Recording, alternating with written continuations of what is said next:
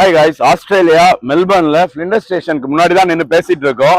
So நமக்கு மெல்பர்ன்ல ரொம்ப பிடிச்ச விஷயம்னு பாத்தீங்கன்னா விக்டோரியா ஃப்ரீ வைஃபை.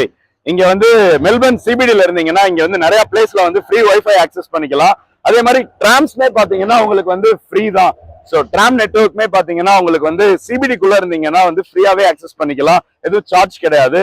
ஸோ நீங்க வந்து மெல்பர்ன்ல ஒரு 2 நாள் 3 நாள் தங்குறீங்க, சிபிடிலே இருக்கீங்க அப்படின்னா வந்து இந்த 2 ஃபெசிலிட்டியும் வந்து ஆக்சஸ் பண்ணிக்கலாம். நிறைய பேர் கேள்வியும் கேட்டிருந்தீங்க, எப்படி வந்து இந்தியாவில இருந்து நியூசிலாந்து போகும்போது ஆஸ்திரேலியாவுக்கு வெளியே போயிட்டு வரீங்க அப்படின்னு.